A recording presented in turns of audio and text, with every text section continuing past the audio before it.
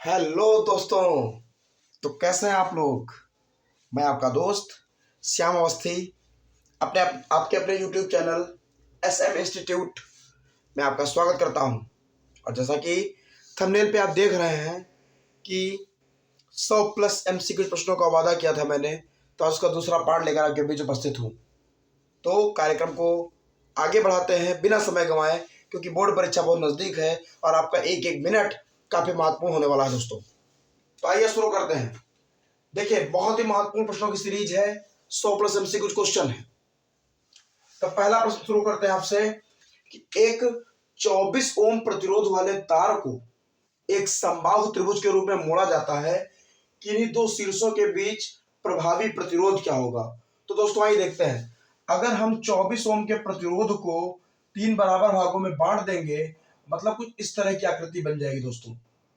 इस तरह की आकृति बन जाएगी, यानी कि 8 ओम इधर हो जाएगा, 8 ओम इधर हो जाएगा और 8 ओम इधर हो जाएगा। अगर आप देखेंगे, अगर धारा परिपथ में प्रवाहित करते हैं तो यहाँ पर ये दोनों श्रेणी क्रम में हो जाएंगे और तीसरा वाला समांतर क्रम में हो जाएगा। तो आप जानते हैं प्रतिरोध को श्रेणी क्रम में जब जोड़ते हैं तो 8 और 8 क्या हो जाएगा, 16 ओम हो जाएगा। और इसके साथ जब समांतर में जोड़ेंगे 1/8 प्लस 1/16 को, तो 8 और 16 का लसा हो जाएगा 16, और 8 दूना 16 और 16 एकम 16, यानी कि 3/16। या उल्टा करेंगे आर का मान तो 16/3 ओम। तो दोस्तों कौन सा पहला विकल्प गलत है हमारा, दूसरा विकल्प गलत है, तीसरा विकल्प पर विकल्प नंबर 4 सही होगा, 16/3 ओम। बहुत ध्यान से चलेंगे आगे अगले क्वेश्चन की ओर। अगले क्वेश्चन की ओर ध्यान से देखेंगे। 50 ओम प्रतिरोध वाले तार को खींचकर उसकी लंबाई दोगुनी कर देने पर। दोस्तों दो तरह से सवाल करते हैं। पहला तो ये, यहाँ पर चूंकि MCQ है मैं इसको बता दे रहा हूँ और उसको विस्तार से भी हल करते हैं, लेकिन यहाँ पर मैं चूंकि शॉर्ट में आपको बता रहा हूँ। 50 ओम प्रतिरोध वाले तार को खींचकर उसकी लंबाई दोगुनी कर देने पर नया प्रतिरोध क्या होगा। तो देखिए भाई, एक सूत्र यहाँ पर हम याद रखेंगे, R2 = N² R1। ऐसे सवालों में जहां पर उसकी लंबाई खींचकर गुनी कर दी जाएगी, जितने गुनी कर दी जाएगी वही n का मान हो जाएगा। तो दोस्तों नया प्रतिरोध निकालने के लिए क्या करेंगे, देखिए R2 = N² R1। अब दो गुनी कर दिया गया तो n का मान हो गया 2, तो 2 का स्क्वायर इंटू R1, यानी कि प्रतिरोध कितना दिया गया है, 50 ओम दिया गया है, तो इंटू 50, तो यानी कि हो जाएगा 4 और 5 20, यानी कि 200 ओम हो जाएगा नया प्रतिरोध। तो आपका आंसर सही हो जाएगा नंबर डी ऑप्शन नंबर आपका सही हो जाएगा दोस्तों। इसके बाद तीसरे प्रश्न की ओर चलते हैं।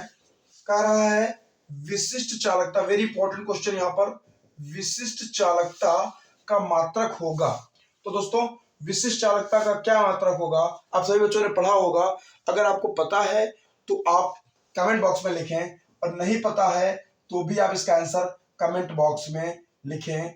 मैं आपको फिर बताऊंगा, ये क्वेश्चन आपके लिए छोड़ देता हूं, कमेंट बॉक्स में इसका आंसर आप लिखेंगे। बहुत आसान प्रश्न है ये।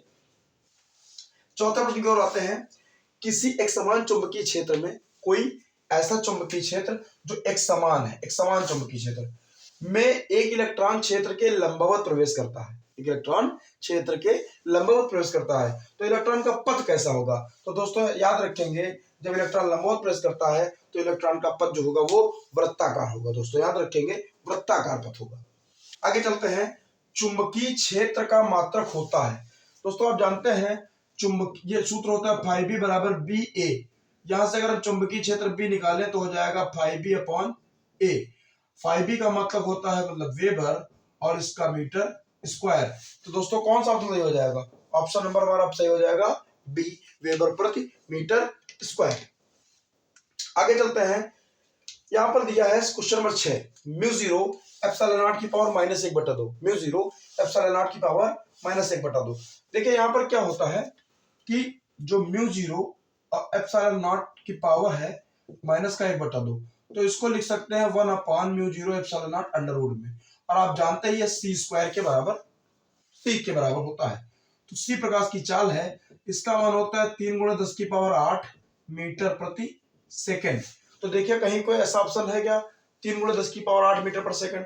तो देखते हैं दोस्तों, ये कह रहा है 3 × 10⁸ सेंटीमीटर पर सेकंड। दोस्तों ध्यान देंगे तो ये ऑप्शन हमारा सही नहीं होगा। अगला ऑप्शन देखते हैं, 3 × 10⁻10 सेमी।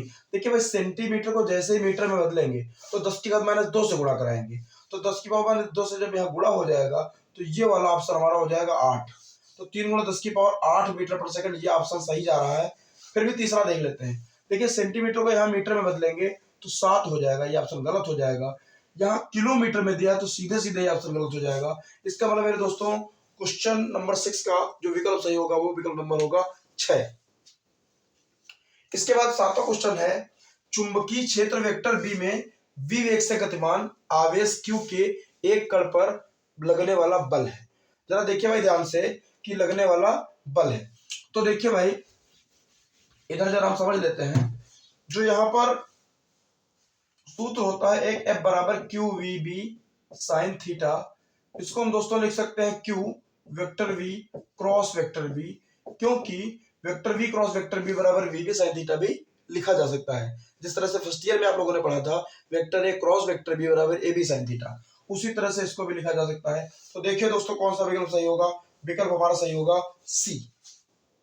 आगे चलते हैं बहुत तेजी से, पृथ्वी के चुंबकीय ध्रुवों। दोस्तों यहाँ पर क्या होगा कि चुंबकीय ध्रुवों में क्या कहेगा, एक बार कहेगा उत्तरी ध्रुव कह सकता है, एक बार कहेगा दक्षिणी ध्रुव। तो इनमें से कोई भी कहे, चाहे चुंबकीय ध्रुवों पर कहे, चाहे उत्तरी ध्रुव पर कहे, चाहे दक्षिणी ध्रुव पर कहे, तीनों स्थितियों में जो नमन कोण का मान होगा वो होगा दोस्तों 90 अंश। फिर आगे चलते हैं, लेंज का नियम, बहुत important question, very important question. Length का नियम किस भौतिक राशि के संरक्षण पर आधारित है? तो लेंज का नियम जो है दोस्तों ऊर्जा संरक्षण को व्यक्त करता है। लेंज का नियम ऊर्जा संरक्षण को व्यक्त करता है दोस्तों। इसके बाद प्रेरकत्व का मात्रक है, प्रेरकत्व का मात्रक दोस्तों क्या होता है? प्रेरकत्व का मात्रक, तो प्रेरकत्व का मात्रक जो होता है वो यहां पर आप कमेंट करेंगे। आसान प्रश्न है ये जो मैं कमेंट करने के लिए कह रहा हूं, नहीं कर पाएंगे मैं तत्काल आपको अगले वीडियो में ये दोनों क्वेश्चन बताऊंगा, और अगर आप कहेंगे तो मैं आपको एक स्पेशल वीडियो इन दोनों क्वेश्चनों के लिए बता के दूंगा, जिसके पहले वाला क्वेश्चन छोटा है और ये क्वेश्चन छोटा है। इधर अगला प्रश्न है 11 नंबर, L/R की विमा है। देखिए L प्रेरकत्व है, अगर आप प्रेरकत्व कर ले जाएंगे तो ये प्रेरकत्व का मात्रक आपको पता हो जाएगा, ठीक है। तो L/R की विमा जो है, सदैव ध्यान रखें कि जो L/R है वो L/R क्या होता है, L/R जो होता है वो सदैव t के बराबर होता है या सेकंड के बराबर होता है। इसका जो निकल के आता है वो सदैव क्या निकल के आता है, सेकंड निकल के आता है। तो इसकी विमा जो होती है वो t होती है, कहीं कहीं इसको t लिखते हैं और कहीं कहीं इसको लिखते हैं m0L0 t। ये विकल्प नंबर होगा 11 नंबर सही हो जाएगा आपको। 11 में C नंबर। अनुनाद की स्थिति में, क्वेश्चन नंबर 12 की ओर चलते हैं। अनुनाद की स्थिति में LC परिपथ की आवृत्ति है। तो दोस्तों अनुनाद की स्थिति में LC परिपथ की आवृत्ति जो है वो क्या होती है, जरा देख लेंगे जल्दी से। अनुनाद की स्थिति में क्या होता है कि XL और XC बराबर होते हैं, ये प्रेरण प्रतिघात और धारित्य प्रतिघात बराबर होते हैं। तो क्या होता है, XL बराबर ओमेगा L और XC बराबर होता है 1/ओमेगा C। ओमेगा बराबर होता है 2πfL और इसके बराबर होता है 2πfC, ठीक है। तो इसका जब हम निकालेंगे F बराबर होता है 1/2π√LC। तो आप देख लेंगे कौन सा विकल्प सही होगा, तो 1/2π√LC मतलब विकल्प सही होगा हमारा नंबर 1। तो दोस्तों कैसा लगा इसका वीडियो, कमेंट करके जरूर बताएं। दोनों प्रश्नों के उत्तर आपको देने हैं, परेशान नहीं होना है, अभी बोर्ड परीक्षा का समय है और सारे वीडियोज आपको स्टेप बाय स्टेप न्यूमेरिकल्स का हो, बहुविकल्पीय प्रश्नों की सीरीज अभी दे रहे हैं, इसके बाद डेरिवेशन की सीरीज भी आपको देंगे और सारी तैयारी आपकी होगी। भौतिक विज्ञान साथ साथ अंग्रेजी की भी तैयारी होगी और हिंदी विषय की भी तैयारी होगी, और जो अन्य विषय आपके छूटेंगे उनकी भी तैयारी कराई जाएगी। लगातार जुड़े रहिए और मेरे चैनल से जितना भी लाभ आपको मिल सकता है, जितना भी अपने दोस्तों को बताइए, जिन लोगों को भी लाभ मिल सकता है उनको लाभ पहुंचाइए। बहुत बहुत धन्यवाद वीडियो को देखने के लिए, और इन सारे प्रश्नों का रिवीजन परीक्षा कक्षा जाने से पहले जरूर करके जाए। बहुत बहुत धन्यवाद, जय हिंद।